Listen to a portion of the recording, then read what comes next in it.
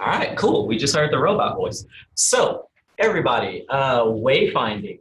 So if you Google wayfinding, I just want to cover that first. It's not like an official term. It's just as I was thinking of what to call this little collection of things, it felt sense. You're like finding your way, you're navigating your way through life and things like that.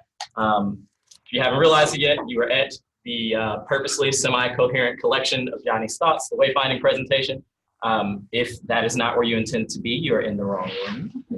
All right, and we'll just jump right in as far as like just what it is to me and moving on from there. I don't know how many of you guys are familiar with the Whole C Manifesto. It's this little collection. It's like a life statement manifesto this company came up with. Got very popular on the internet, was around everywhere. From there, I kind of started really looking into those words. I have this like hung up at home. I will reference this again at the end of the presentation when it means just a little bit more towards the end as we go through. As far as the kind of stuff that we are going to be talking about today, it's really meant to deal with just like some of the hard questions that we might get in life. Oprah Winfrey is like quoted in an article somewhere. You can Google this, but she said one of the hardest things that she finds that people like kind of they can't answer is when she just looks at them and she says, "What do you want?" It's something that a lot of people really don't take time to think about. We all just kind of go through the motions. Why do you want the things that you want? Why do you do the things that you do? Why is it that you're like having trouble seeing things through? Are you happy at the end of the day? A lot of people are afraid to ask themselves that. It even gets all the way to like the what is my purpose? What is the meaning of life type stuff. But we will not be covering those today because that's way too deep and I don't know the answer to that. What we will focus on are the first little 5 parts of this in working through this today. So just kind of like set the stage. First thing we will talk about, motivations. Just like find your motivations, things that, like get you through and everything. And that's really done by looking at your story specifically. And 2 approaches, like one's a longer approach, one's a shorter approach that I like tried myself and push people towards. The quick one is just asking yourself, are you motivated more by hope or are you motivated more by fear? I don't attach anything negative to fear if you're motivated by fear. I'm personally motivated by the fear of becoming complacent, of not growing. I will literally write out a list of goals and stagger the time I'm doing those goals because I am afraid that if I finish those goals, what do I do next? I don't know why. I don't even know what to call that. Accomplish a phobia or something. The longer end of this though is actually like sitting down and like not too long, but just like a day, set aside a few hours, actually think about the major events through your life that have brought you to where you are and take note of those things. Because a lot of the things as far as your motivations for why you behave the way you do, the things that you're currently pursuing, things like that, you can kind of unlock in your past if you like really go back and you investigate the right things. That said, it makes me think of a story. Segue. All right, so once upon a time, because stories start off like that. Oh no, the screen. Once upon a time, there was a man with a very unfortunate hair choice. He had a jerry curl, for those that can't see it, and he met this beautiful lady. And they got together and they made this little bastard right here. That's me. This kid, grew up fast, switching tenses. I grew up fast, like as babies tend to do, finding out that I had a love for music, toys. There's my brother in the bottom right corner. My other brother, he is not up here, but that is because I literally don't have any pictures of me and him together with me as a kid. So that's just like a thing. My mom kept all those. He's her kid. But we also discovered that, I really love Christmas. I love Christmas so much that I would help other people open their presents. And didn't come from wasn't like from a wealthy family or anything like that. As you can see, we're sitting here enjoying food. But my dad, I mentioned he was lucky. This dude, between his job, going to casinos, spending money in different ways, for some reason he would always like pick. There are multiple pictures like this. I picked 2. He would just go to the casino. I don't think he was cheating in hindsight. But between that, his success there, the love of my mom, I was able to have a lot of awesome Christmases growing up. And I was way too happy about the Men in Black movie as a kid. I don't know why.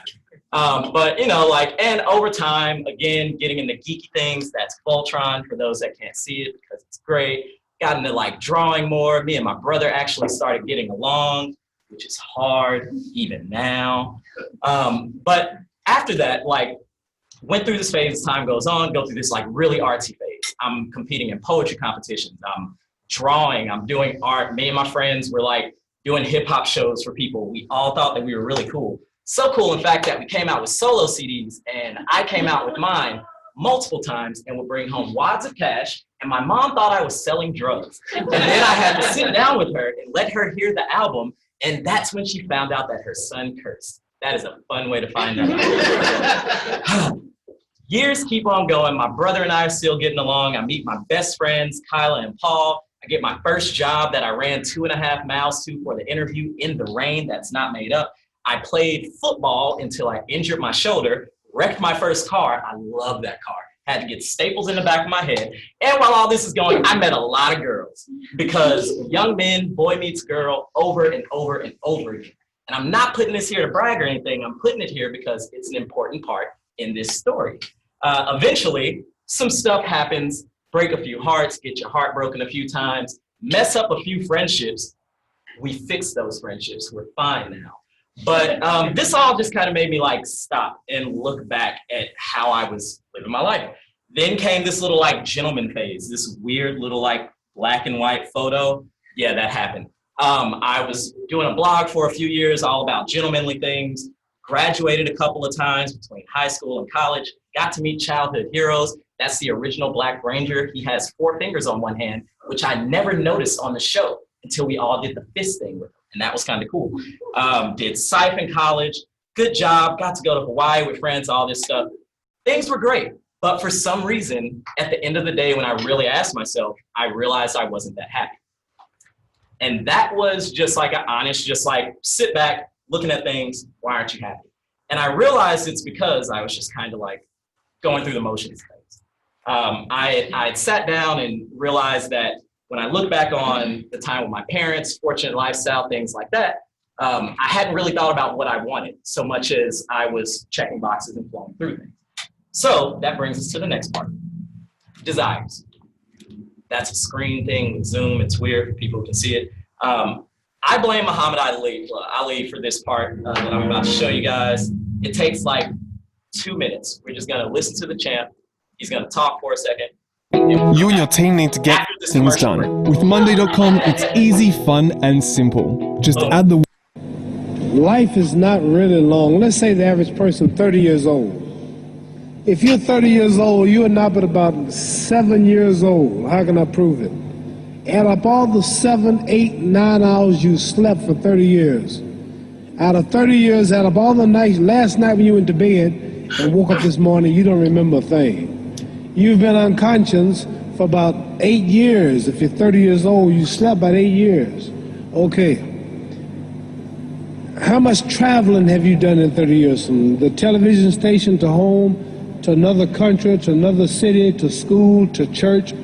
You've probably traveled 2 years your life was spent just getting back and forth to where you're going. So there's 8 years of sleeping, 2 years of traveling. There's 30 years out of your life before you accomplish anything. How long do you sit in school? In America, we stay in school from the 12th grade to, from the 1st grade to 12th grade. Same here? Yeah, virtually. 6 hours a day? Yeah. 6 hours a day for 12 years, break it down, you sat in the classroom for 3 years without leaving. Okay, 2 years of traveling, 8 years of sleeping, 3 years of school. How many movies have you went to? How many wrestling matches? How much entertainment? How many movie theaters, live plays, baseball games? Probably 2 years of entertainment. So by the time a man, you older people know him, bear witness what I'm saying, by the time you have children, by the time you have made a way for your children, by the time you've paid for your home, you're pushing 60 years old. So life is real short. So you add up all your traveling, add up all your sleeping, add up all your school, add up all your entertainment, you've probably been half your life doing nothing. So what am I'm 35 years old, 30 more years I'll be 65. We don't have no more influence. We can't do nothing much at 65. Your wife will tell you that. So what I'm saying, when you're 65, Ain't too much more to do. So, did you know I'll be 65 in 30 more years? In those 30 years, I have to sleep 9 years. I don't have 30 years of daylight. I have to travel back to America, take 6-7 miles. All my traveling, probably 4 years of traveling in the next 30 years, about 9 years of sleeping, television, movies, entertainment, about 3 years of entertainment. Out of 30 years, I might have about 16 years to be productive. So it's how we can all. All right, stopping him there. You guys get the point. Josh said Alt-Tab. Yes, boom, that worked. So we're just gonna deal with like the more serious part of this, like right up front. It's important that you accept your mortality when you are just coasting through life. Because if you realize that you only have a certain amount of time to get things done, it tends to make you move a little bit. Not in a scary way, but I mean, like it's just, you know, kind of kicks you in the butt a little bit. The way that you like kind of check this out, there's various ways. Consider demographic information, consider, you know, like your lifestyle. You can go out and you can find information on what the normal lifespan is for somebody that is your gender, your race in America, probably. You can probably find that. Start there, look at your genealogy. Just look into these things because they matter. And frankly, I don't feel like enough people keep that kind of thing in mind. And from there, the next simple step is just to plan accordingly. So Johnny's death calculator, just jumping into that. How do I do this? There we go. Boom. I literally went and I found out that the average lifespan for a Black male in the United States is 72.2 years old. I made this little thing just to remind myself every now and then that this is my birthday. This is when I turned 72. This is the date of that. This is my current age as of today. Every time I open this, this will tell me exactly how old I am according to Excel. How many years I have left, and if I want to do Muhammad Ali math, cut that by a third. Because seriously, you're probably sleeping a lot of that time. And this isn't to scare anybody, it's really more of a wake-up call. I got 26 years if I live on average, if I'm fortunate enough to make it that long, and I'm hoping to go a little bit further than that. This is just something to think about, not trying to freak anybody out. All right, jumping back in, I think it's right there. There we go. Boom. All right, next step. Seriously complete a wayfinding exercise. I couldn't think of another name for this, but it's a set of questions, some of them you guys might be familiar with, that no one ever really spends serious time answering. And if you spend serious time answering these, they can be somewhat enlightening. Questions like, in very specific detail, what is your ideal day? What's the temperature outside? Are you wearing a blue shirt? Is there a dog running around? Are there children running down the street? Are you eating red ice cream? Whatever. Write it down, because then that gives you something to aspire to in terms of, you know, what you're doing with your time now. How can you reach your ideal if you don't even know what that ideal is? Next thing, if you didn't need money, you could do anything that's legal, you know, like, well, what would you do for fulfillment? This works for some people because you get rid of the rat race. Based on your own value system, write a description of the perfect person and then, you know, emulate that person. You don't have to become that person, you're you.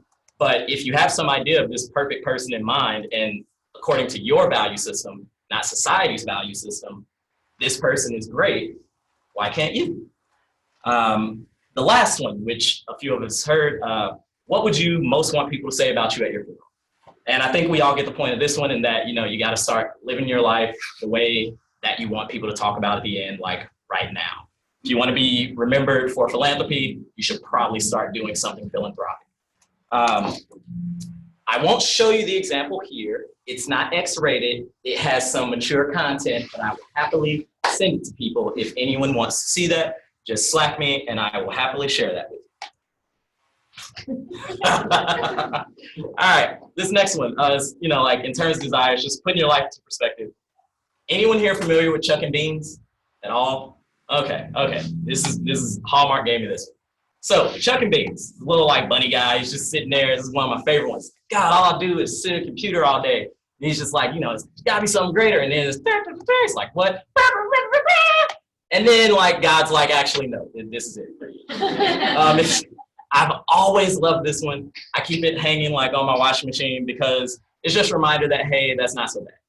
You know, like some people freak out about it, but that's not so bad. At least once, Ask yourself why you're doing the things that you do. Enough people don't do that. Just really stop and think about why you're doing those things. The difference between this step that I'm about to show you and the step from before where I was actually reviewing events in my life, it's just that here you're not just looking at moments, but you're also looking at how long those moments last. It's really just meant to be something to show you that good times come, bad times come. There is a brief time that your life may suck for a year. It's a year. And in the grand scheme, that really doesn't mean anything. It's a good example of life progression. Time can heal all wounds, that type of stuff. That said, trigger warning, if you have anything traumatic in your past, doing an exercise like this seriously can bring up some bad stuff. I am just giving you that warning. I felt like that was fair. And ultimately, you see that hindsight's 20/20, that kind of thing. And now just jumping right in, some of you might be familiar with this. Where are you? Which one was it? Oh, subtopic. It moved. Boom. All right, so I have this little like, no, why won't it let me?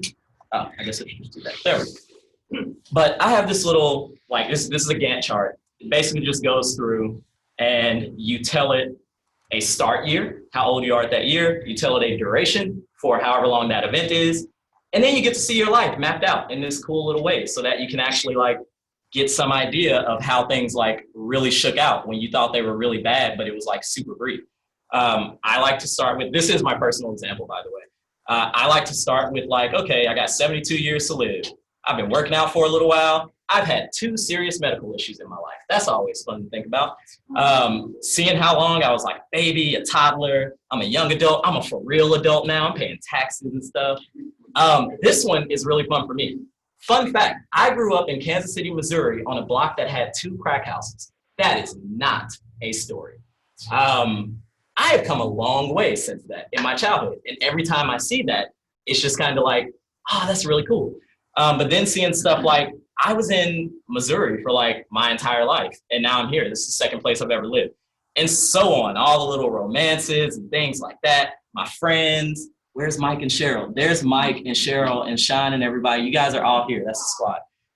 And then like even looking at stuff like, am I an alcoholic? And that kind of correlating with when I started at the pool. That's not calling out anything, but it's just fun to see and it's fun to look at. I do this once every year. This is literally how I kick off my year every single year because it's just fun to look back and laugh at some stuff. Boop. Johnny, no, you did it wrong. There we go. I'll get the hang of this eventually. Clickety. All right, so that's it for desires. The next thing you've gone through, you've looked at like your motivations, you looked at your desires. We all know we live in a world where you need money to do stuff. Not to do everything, but like, you know, some stuff. And so if you're gonna do stuff with money, we'll start like square one. Set up a budget, one that you actually use. Some shoulds about it. It should be easily accessible to you. It should be in a format that you're familiar with. Mine is in Excel. Some people like using Mint. Some people do something through their bank or some other thing. There's probably an app for that, I'm sure. But from there, like there's just a lot of benefits to it. Like I keep my history. I've had my budget going since 2011, sometime like February 2011. And you know, like I'm not gonna read everything that's up there, but you guys all know like confidence, good habits that build up, actually understanding like how you spend money, seeing like where you can adjust your life and so on. These are just like fun things to have there. This one, calling this out, if you have any hesitance about like talking, you know, like talking about your finances, whether that's with like your friends or family, I encourage you to find like 1 or 2 people that you trust. It's something that a lot of people in America have like a lot of shame and stuff built up around. And I'm not gonna click this video, but this video is here. It's a powerful story that this woman shared on TED, where she's just talking about the impact of like her family and how basically debt kind of like messed them up in a bad way because nobody would talk about it. It's just an interesting story. All right, let's review a budget template. I mentioned the budget, we might as well look at it. There we go. Okay. This is not my real budget. This is a mock thing, but it is within my real like little budget template. Let's pretend that somebody just started at the pool. The way that you would go in and use this little budget Excel, what are you doing? There we go. Unhide these guys. Just tell it how much you make a year. The rest, it'll go in, kick everything out. Hide this. All those little things that we get on our pay stub that actually tell you things like, how much you're paying in taxes and stuff like that. Input all that stuff in here, because then you end up with a number that's like, post-tax. You end up with an annual amount that is post-tax, post your 401k, all that stuff. It all carries over to here, and then everything literally just works with ones or not. So all that you have to do is go through, and whenever you spend a thing, hit a little one, the number will feed in there. You see what it is that you're actually spending. You see your overall effect on how much money you have. Based on whatever it is that you put into the budget, you'll see like a total amount there. You can use little comments to actually like track and see like how much you spent at the grocery store, Cava, whatever. And I also put like little alerts, quote unquote, in here.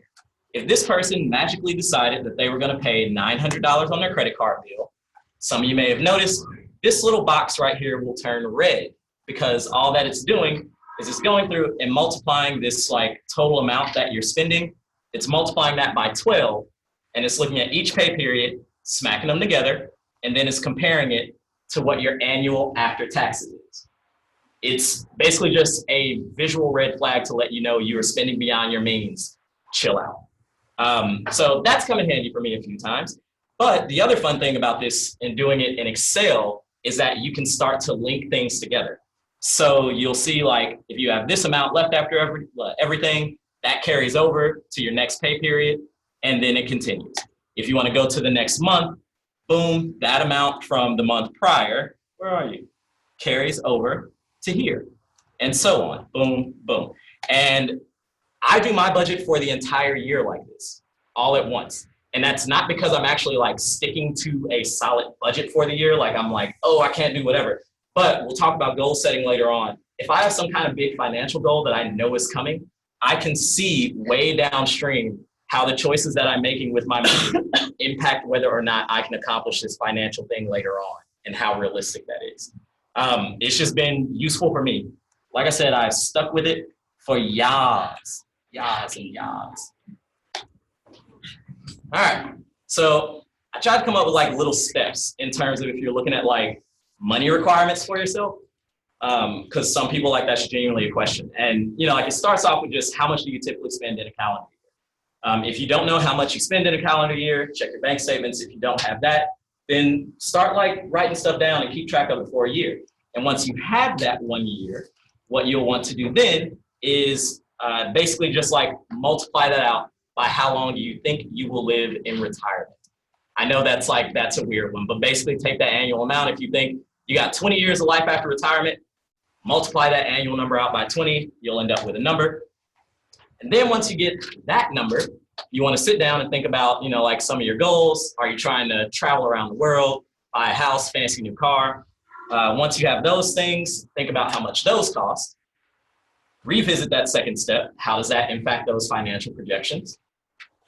And then once you have that, you should have something relatively to aim for retirement. I know like you'll see recommendations that are like, if you're 20 years old now and you plan to work however many years, you need $2.5 million. That's like an average or something. That's not going to work for everybody. Some people need more, some people need less. Sometimes it might be wherever you're planning to live later on. But once all that's like said and done, if all that sits cool with you and your lifestyle, you at least got a number now. And if it doesn't sit well with you, work back through the steps and figure out, like how much it is you're going to need, yes or no. I actually have a fun tool that Bro has looked over, and Naima looked over it with me, and Mike has seen this before, where I actually broke out, this is my actual data here, where I actually broke out all of my spending since, 2012 sometime I have in here. But I can see back when I lived in Kansas City, how much I spent. I can see the lifestyle creep of living in Alexandria and how much that's gone up.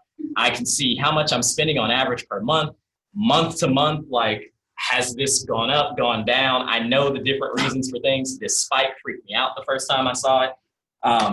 Things that I spend my money on. I have a little thing in here that breaks it down and just lets me know, hey, you're spending a lot of money on rent, followed by credit card debt. which is a decision that I make because I want to take advantage of the benefits of my credit card. So I just spend the money, get the cash rewards, pay it off every month. Like, it's just little things in here that are just like interesting to see. Things that I spend on. Some people are familiar that I bought a car. There's the car. When I got the car last year, it became a huge amount of my spending because I just arbitrarily decided I wanted to pay it off within a year because I wanted to see what the credit score impact would be. It was just a fun experiment. Seeing how your spending accumulates. This can just be like super fun to go through. Since my time in Alexandria, it's very interesting to just see like, okay, and then suddenly like stupid rent, it all just like goes up like crazy. And the last thing I have in here is just like, am I spending wisely or not? I've actually got Mike, I'm so sorry. Josh, Gary, I'm sorry. It's red and green and all that stuff. But just like, am I spending wisely? So this is essentially just taking those same things I'm spending on, and it's literally just saying, hey, Johnny, is that necessary or not? Sometimes I do good with that. Sometimes I don't. If anybody wants to do anything like this with your spending stuff, hit me up. I love doing stuff like this. It's just fun to do. So that's one piece of it. But the other piece of it, like I said before, I look at that and how that has to do with like retirement planning.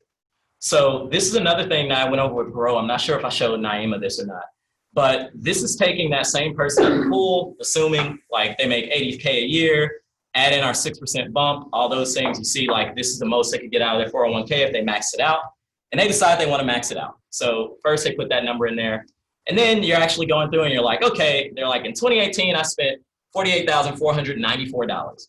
And then projected that out 20 years, 30 years, 40 years, 50 years, because they're immortal.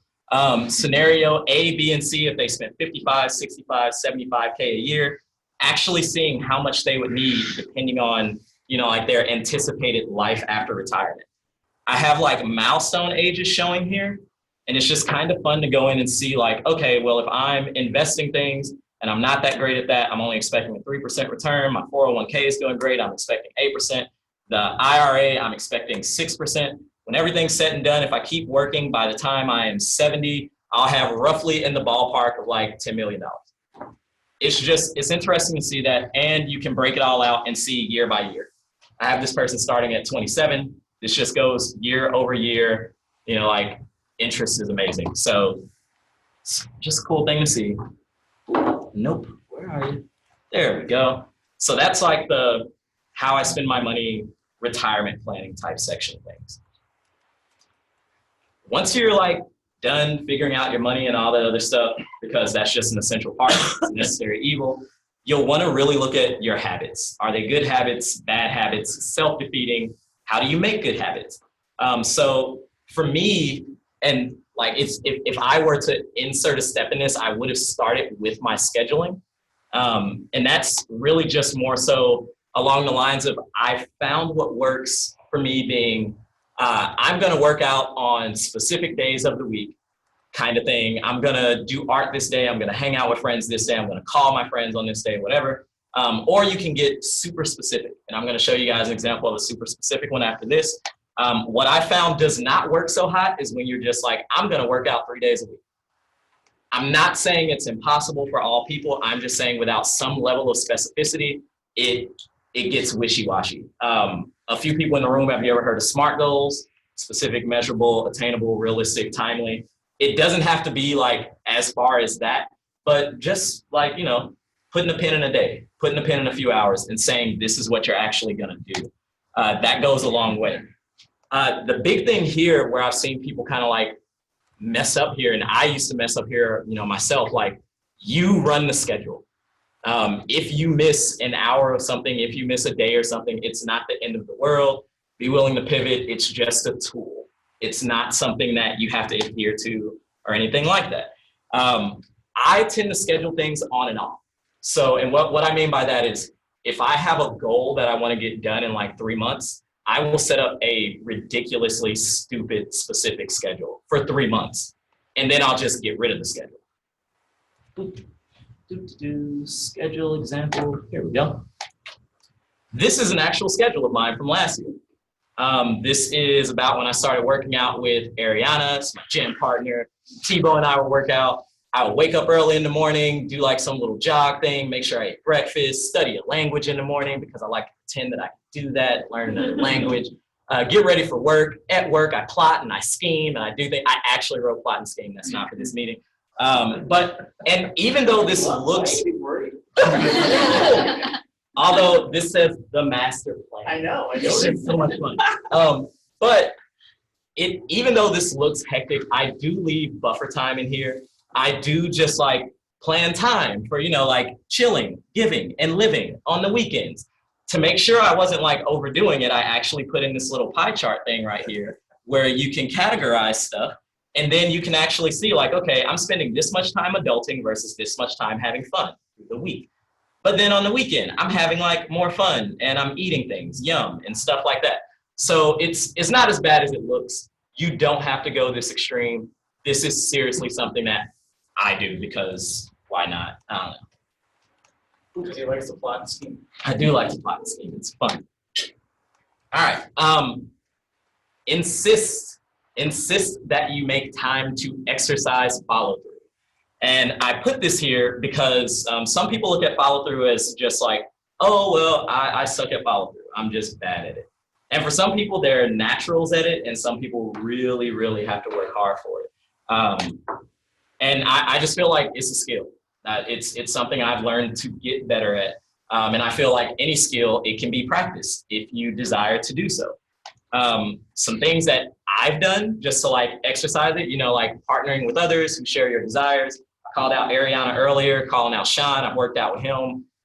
Regularly performing small menial tasks. I make my bed every morning. I hate making my bed. It's stupid, and all you're gonna do is mess your bed up again. Why are you making your bed? It's dumb. But I do it because it's building this like habit of Johnny, make your bed. And I'm just building up this skill of follow through on making my bed. Leisurely reading books. This is a fun one for me. Like start cover to cover, try like a book a month. If you have the time, a book a week. I have a potty book. Yes, every time I go, if I'm doing that in the place, I'm like reading the book. Because even if you're going page by page, you're still progressing and finishing a thing.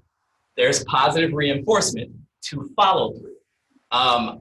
Even though you might not hurt and it's not the end of the world, I guarantee you that every time you're starting something and then you're putting it down half done, you're building it in your mind that you don't have to finish stuff.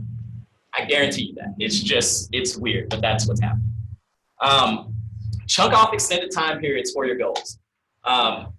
Be sure to differentiate between tasks and goals. If your goal is, I would like to be debt free, your task is to pay your bills. Just like look at things that way. The other thing I would say here is watch what you tell people about your progress.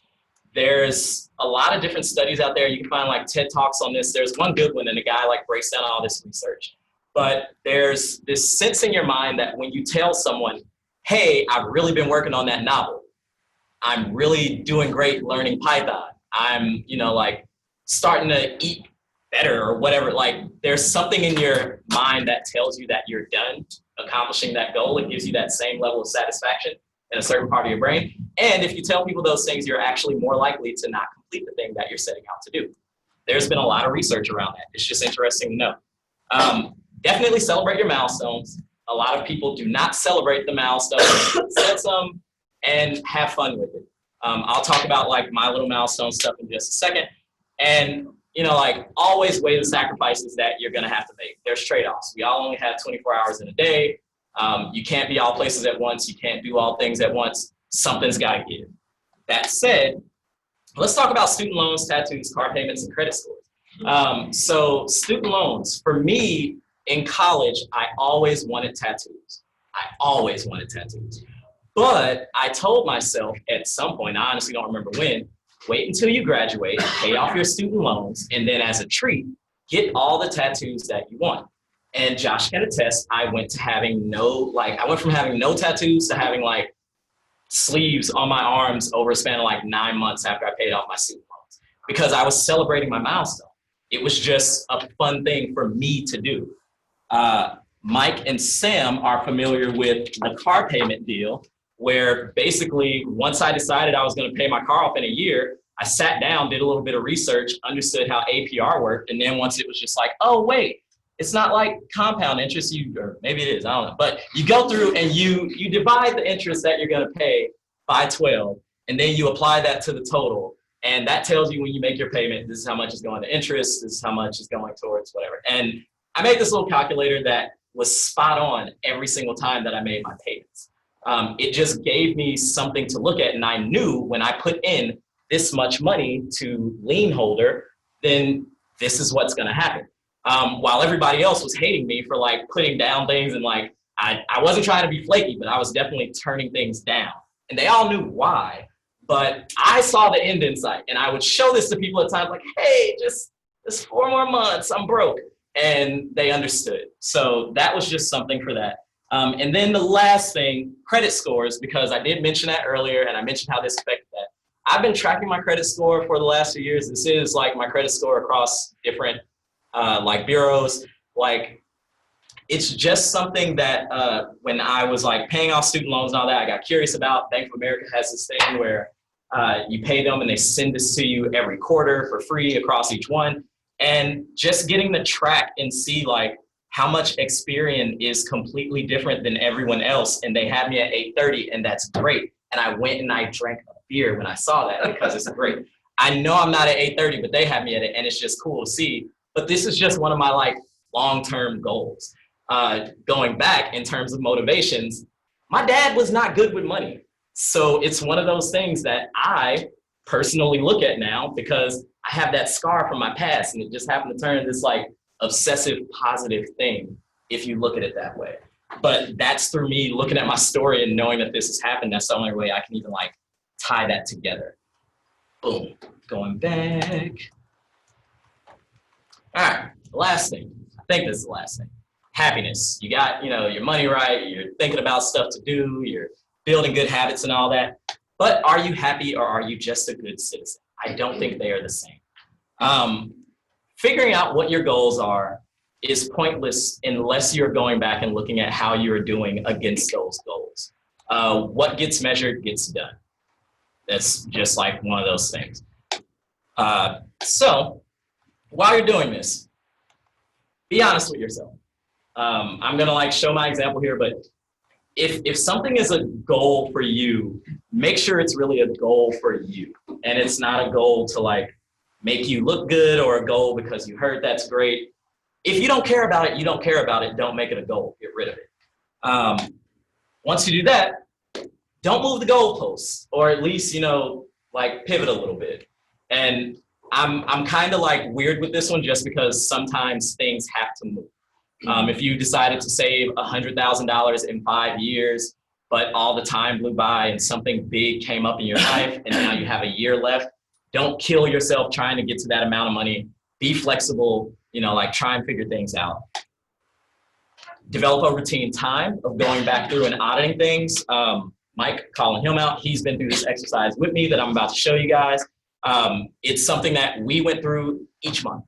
And I still keep mine up each month, because it's just a good reminder of looking at things. And the thing I'm talking about, there's this little Excel life audit template thing. And I think this is kind of the whole reason this class even like started. I started like passing this around the pool, and I think like word just kind of spread to a few people about it. But jumping in, life audit tool. The way that the reason this started was because I like objective things. I'm subjective about a lot of things, but if I can actually be told this is good, this is bad, this is exceeding, I'm one of those people who like, I really can work towards that, because I have something that's like concrete in a sense. Going through, breaking down like what categories really matter to you and things like that. You want to look at then inside of these goals, what are the little like pieces to that matter to you. So like a quick one for me, relationships, I have familial ties, friendships, romantic capacity, because I felt like capacity should go there. Capacity. But you then sit down and you think about what you look like in an unfulfilled state for that particular thing, and what you look like in a fulfilled state. And not to like overcomplicate the scoring or anything, you just look at it on a scale of 0, 1, or 2. You're either not doing it, you're working on it, or you did it. That's it. It's just 0, 1, and 2. And when I say like don't move the goalpost, I don't know if you guys can see this, but these cells are locked. The only thing I can change in this tool is that middle part because I don't want to move the goalpost. And the way this works is you just type in X, things start moving around. So if it's like, okay, well, I'm not doing this, I'm not doing this, you start to see your overall happiness score begin to change because you're saying these are the things that make you happy. So the less and less things that you do in this column, or the more that you're dragging your feet working on them, objectively speaking, if you've done this properly, you might not feel the happiest. That's the way this is like supposed to work for you. And so you get like a little number score here. It tells you like, hey, you're doing really great at this, but you could probably work on this thing. Like you get these little alerts and everything. You get like a grade because we all want to be A students or at least B plus, maybe, I don't know. But from there, there's this little like progression view thing that I've added in here because I go overkill with stuff like this. And I started this back when I made this objectively for myself. I started at an F. And I wasn't like super sad or like super depressed. I've dealt with depression, not afraid to say that. But when I think about what my happiest state is, I was failing compared to that. So this kind of helped when it came to like, you know, looking at those things and then purposefully pursuing things that I know would make me happier.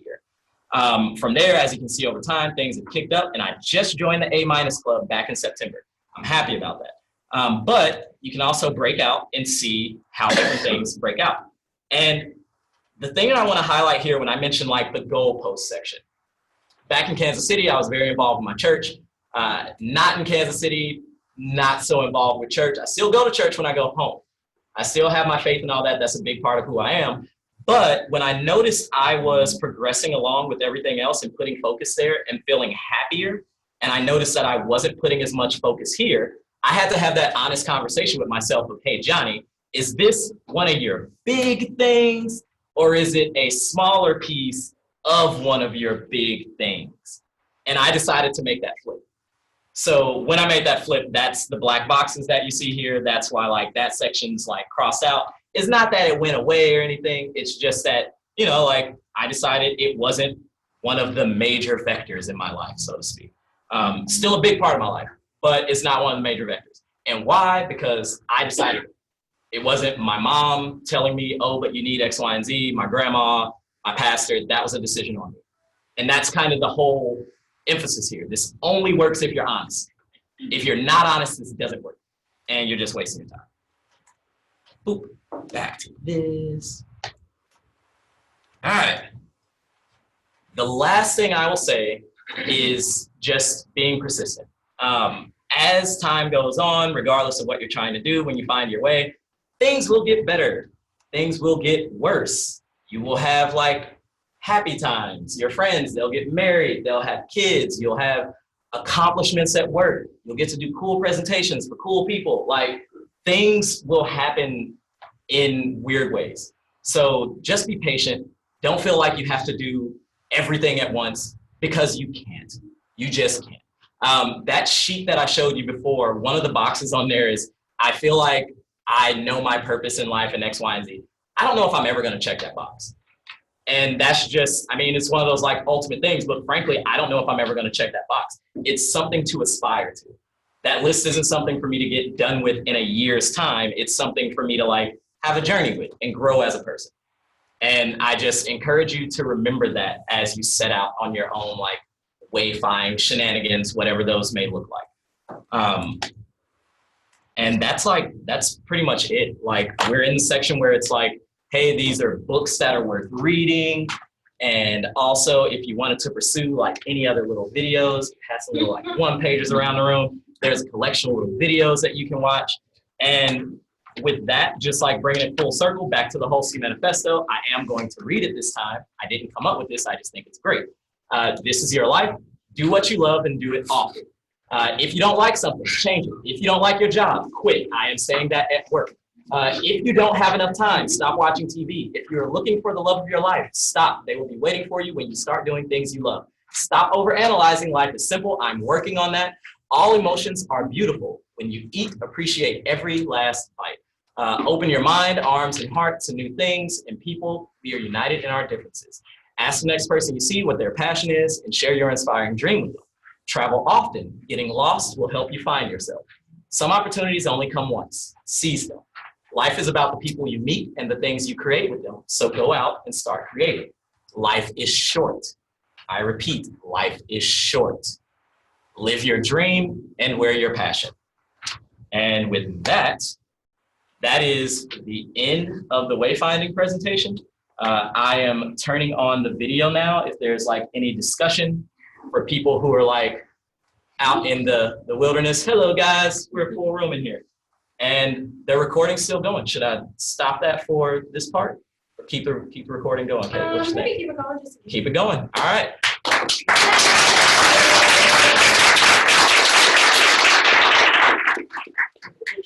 People who are like on the line, if you wanted to unmute and like talk about anything, feel free.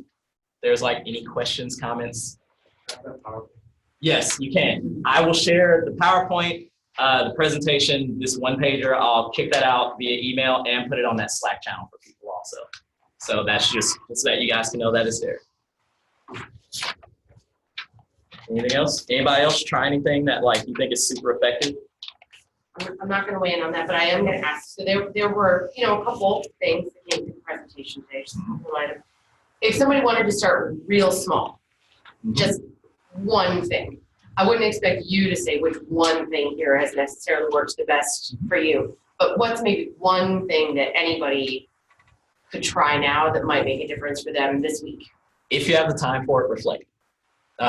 So I put this in the order that, like not necessarily that I did these things in, but if I were to do them, I would have done these things in this order.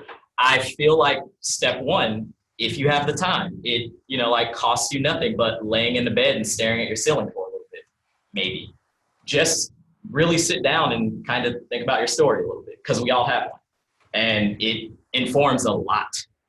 It'll direct you to your next step. I'm one of those people that just would get in the way of me, just the expectation that doing this will take a lot of time. So whenever I tried to set a detailed budget, or when I try to get really specific about my plan, I get caught up in how much time it takes. How much time does it take you to do what you've done here week in and week out? I mean, are you spending something every day doing this? No. So now that everything's put together, it's done. When I'm like actually making these things from scratch, I try to be like very thoughtful and think of the long run of it. That life audit tool, that was 4 hours. That was like 4 hours of me seriously sitting down thinking how I wanted to restrict myself, what things I want to see, rules that I wanted to put around it, all that kind of stuff. Me going through that little like life story section and all that, that's like fairly quick because, like I spent time doing things like this. The budget when I originally made it, I think took me an hour. Going through and doing that life audit each month, if nothing's changed, it's as simple as duplicate the tab, save the sheet. Like duplicate the tab, save the name, I'm done. If something's changed, I mark it and that's it. So it can literally go from being as quick as say 2 minutes to taking as long as, if you're really spending time and doing something custom for yourself from scratch, 4 to 6 hours. I would say if it's something that you think is going to take a lot of time, when you start, don't reinvent the wheel. There's a lot of stuff that's already out there for this. There's these things that I provide here, like start from a base, start with something and then make it your own. It'll save you a lot of time. It'll, like cut out a lot of headaches, but a lot of people feel like they need to start from scratch and you don't necessarily need to. So are the Excel formats and templates, are they interchangeable for us to input our data into so that like calculator? Depends on how well you know Excel. That's not a answer. Some of it is just as simple as inserting a row and you typing whatever. Some of it, for instance, like that life audit tool, if if that's your jam and you're into that, I'd want to sit with you for maybe like 10 minutes to talk through some stuff. So yeah. Oh, and that Tableau thing, if anyone wants to see that, the one that had the spending for years and all that, that is the output of me, like from the budget, I literally just copied and pasted my numbers for the last like 8 years into a sheet. That wasn't something that's just like there. So that will take like some finagling if you guys do something like that. What was the pivotal point in your life that you like, you know what, let me get all these facets together? Moving here and ending a relationship that I cared about, just because that was a low. That was a low. Josh was here. I came in the next day, and Josh, like, he immediately was just like, "You okay, buddy?" I'm like, "Yeah, I'm good." And then after that happened, that was when I had my like second serious medical issues that the doctors like couldn't figure out what was wrong. I think my body just shut down between like working out, feeling like crap, moving to a new city, hating East Coast weather because it was November. Like, I mean, like I was stressed out, and for like a year I couldn't work out. I put on maybe like 20 pounds. That's the heaviest I had ever been. Once I like sat down, I looked at all that, and I was just like, someone shouldn't affect me this much. I should like get back into the gym once you get the all clear from the doctor. And it's funny because when the doctor said, "Yeah, you're good," I asked him, "Is it okay if I eat Chipotle each day like I've been doing?" And he said I was cool because they were worried that I had like some kidney stuff from food and they couldn't find anything. Like they were just like, "No, dude, you're good. Eat as much as you want." Chipotle is a big part of Johnny's life. It is. It makes me happy. It Where makes does me. that get represented? It is the yum. It's the yum and the budget. And the budget, Yeah. He thinks very consciously of the $200 a month he has to spend on Chipotle. Shh. Now, This is not a question, it's a comment. But I wanted to just underline your point that someone external from you had a large impact on your happiness. And when you think about living for other people or living for yourself, sometimes we don't have a way of seeing externally what we're accomplishing. And the idea that you have a spreadsheet of abundance that you can check, your abundance has nothing to do with anyone else. Obviously, there are some numbers that are impacted by other people, I think is really smart.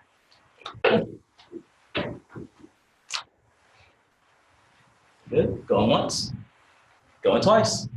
All right, and that's it, guys. That's the first thing.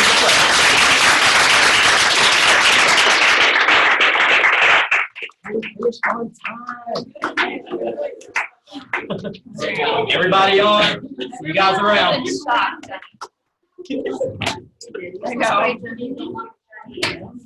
Everyone's